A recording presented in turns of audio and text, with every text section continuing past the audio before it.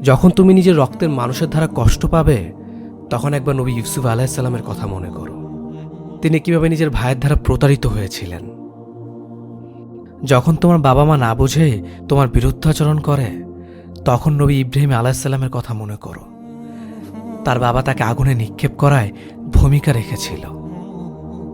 যখন তুমি সমস্যা থেকে পরিত্রাণের জন্য কোনো পথ পাবে না, তখন ইউসুফ আলাইহিসসালামের কথা ভেবো। তিনি কতটা সময় তিমি মাছের পেটে আটকা পড়েছিল।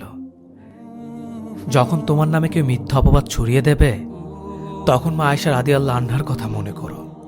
তার নামে পুরো শহর জুড়ে কুৎসা রচনা করা হয়েছিল। যখন তুমি অসুস্থ ব্যথার যন্ত্রণায় কাতরাতে থাকো, তখন নবী আইয়ুব আলাইহিসসালামের কথা ভেবো।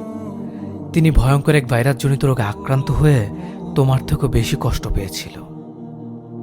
যখন তুমি দিনের কোনো বিধান নিয়ে যুক্তি খুঁজে পাও না, তখন নবী নূহ আলাইহিসসালামের কথা ভেবো।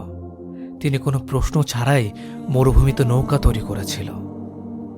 যখন তুমি আত্মীয়স্বজন পরিবার বন্ধুবান্ধবের কাছে হাসির পাত্রে পরিণত হও, তখন তুমি শেষ নবী হযরত মুহাম্মদ সাল্লাল্লাহু আলাইহি সাল্লামের কথা ভেবো। রাসূল সাল্লাল্লাহু আলাইহি সাল্লাম বলেছিলেন, সবথেকে বড় পরীক্ষা দিয়েই সবথেকে বড় পুরস্কার আসে। যখন আল্লাহ কাউকে ভালোবাসেন, তখন তাকে পরীক্ষা করেন, এবং যে এই পরীক্ষাগুলো মেনে নেয়, সে আল্লাহর সন্তুষ্টি অর্জন করে। আর যে অভিযোগ করে, সে তার ক্রোধের পাত্র হয়। হে আল্লাহ, তোমার কথা মনে করার, তোমার প্রতি কৃতজ্ঞ হওয়ার এবং তোমার ইবাদত করার তৌফিক আমাদের দান করো। আমিন। যেভাবে তুমি সন্তুষ্ট হও, সেভাবেই আমাদের পরিচালিত করো। কথাগুলো ভালো লাগলে অবশ্যই আপনার ফেসবুকের টাইমলাইনে শেয়ার করবেন। ধন্যবাদ সবাইকে।